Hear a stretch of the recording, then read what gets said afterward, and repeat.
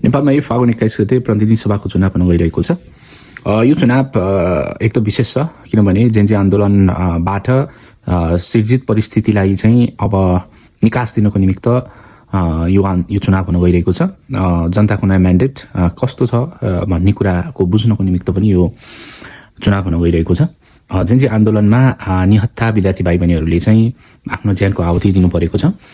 एउटा प्रश्न चाहिँ यहाँ के छ त भन्दा आन्दोलन भयो र आन्दोलनबाट एउटा अन्तरिम सरकार गठन भयो र अन्तरिम सरकारले चाहिँ अबको निकास भनेको के त भन्दा चुनाव भन्ने कुरा देखियो। पक्कै पनि लोकतान्त्रिक समाजमा लोकतन्त्र मार्फत चुनाव मार्फत नै नयाँ म्यान्डेटमा दिने र नयाँ म्यान्डेटले नै सरकारलाई नयाँ ढङ्गले सञ्चालन गर्ने हुन्छ।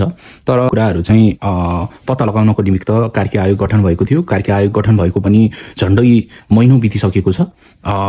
त्यसैले गर्दा मलाई चाहिँ के लाग्छ त भन्दा जबसम्म कार्की आयोगले प्रतिवेदनहरू सार्वजनिक गर्दैन, उक्त घटनामा को अपराधी हुन्, वास्तविक अपराधीहरू को हुन् त्यो पत्ता नलगाइकन त्यसको चाहिँ निष्कर्ष नआइकन चाहिँ गर्न लागेको यो चुनावले चाहिँ सम्पूर्ण शहीद जेनजी भाइ बहिनीहरूको चाहिँ आत्माले शान्ति पाउँदैन। त्यसैले पहिला प्रतिवेदनको सार्वजनिक गर्नुपर्छ र त्यसमा आबद्ध भएका अपराधीहरूलाई कानुन अनुसार चाहिँ दण्ड हुनुपर्छ अनि मात्र चुनावमा जानुपर्छ भन्ने कुरा मलाई लाग्दछ।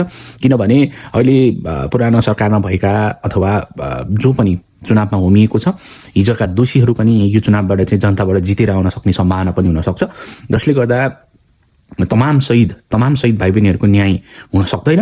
त्यसैले सम्पूर्ण म नेपाली भाइ बहिनीहरूलाई अथवा नेपाली नागरिकहरूलाई के भन्न चाहन्छु त भन्दा यो आयोगको प्रतिवेदन सार्वजनिक नगरिकन गरिएको चुनाव निष्पक्ष हुँदैन।